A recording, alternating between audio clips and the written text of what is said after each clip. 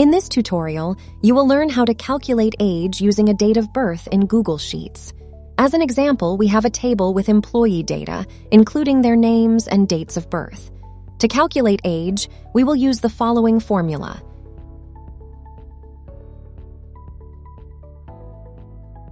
This formula calculates the difference between two dates in years. In this case, it calculates the age of a person based on their date of birth. Let's break down the formula into its components.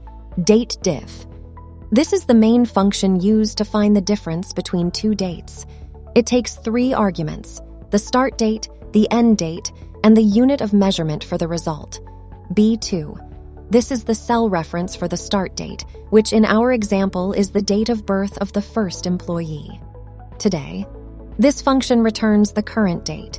In the DATEDIF function, it serves as the end date. By comparing the date of birth with today's date, we can calculate the age of the person. Y. This is the unit of measurement for the result. In this case, Y stands for years. It tells the DATEDIF function to return the difference between the two dates in years. So, the formula calculates the number of years between the date of birth and today's date, effectively giving you the age of the person. So, now let's fill the rest of the table.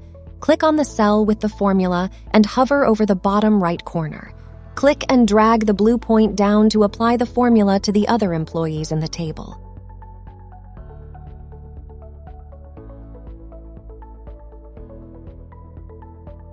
If you find this tutorial helpful, consider giving it a thumbs up.